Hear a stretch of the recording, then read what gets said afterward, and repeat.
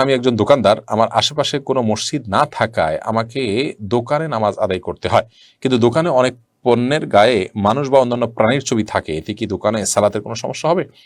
দেখুন, যেহেতু এই ছবিগুলো সাধারণত খুব সূক্ষ্ম থাকে, অত সমস্যাটাও সূক্ষ্ম সমস্যাই হবে।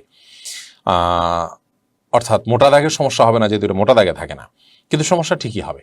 আপনার জন্য উচিত হবে যে এমন কোনো জায়গায় নামাজ পড়া যেখানে কোনো ছবি, প্রাণীর ছবি নাই, কারণ যেখানে প্রাণীর ছবি থাকে সেখানে রহমতের ফেরেশতা প্রবেশ করে না। আপনি নামাজ পড়বেন, সেখানে রহমতের ফেরেশতা প্রবেশ করতে পারছে না, এটা কিভাবে কাঙ্ক্ষিত হতে পারে? তবে এটা ঠিক যে আপনার জন্য যদি এর বাইরে আর কোনো বিকল্প না থাকে, দোকানে নামাজ পড়তে হয়, আপনি ছুটি না পান বা বাইরে যাওয়ার সুযোগ না থাকে, তাহলে সেক্ষেত্রে আপনি যথাসম্ভব এরকম ছবি টবি এগুলোকে গামছা বা কোনো যদি ঢেকে ঢুকে নামাজ পড়ার চেষ্টা করবেন। সেটাও যদি সুযোগ না থাকে, এমন কোনো ক্ষোভ বের করে নেবেন যে এই ক্ষোভটাতে অন্তত এরকম ছবি বিশিষ্ট কিছু নেই। আজ গোটা পৃথিবী এমন জায়গায় দাঁড়িয়ে যাচ্ছে যে দিনের উপরে চলাটা পৃথিবীর সবচেয়ে কঠিন কাজগুলোর একটি।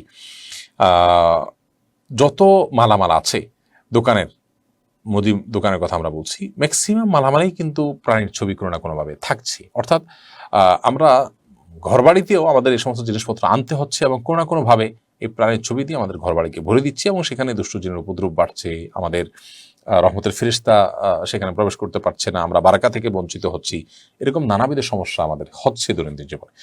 তো এখান থেকে বেরিয়ে আসার জন্য ব্যক্তিগত প্রচেষ্টা থাকা দরকার এবং সম্মিলিত প্রচেষ্টাও থাকা দরকার। আমি ব্যক্তিগতভাবে এমন বাংলাদেশের অনেক বড় বড় নামকরা কোম্পানির কথা জানি যাদের পণ্যে এরকম কোনো প্রাণীর ছবি নেই, অথচ প্রসাধনী আইটেমের ব্যবসা তারা করেন।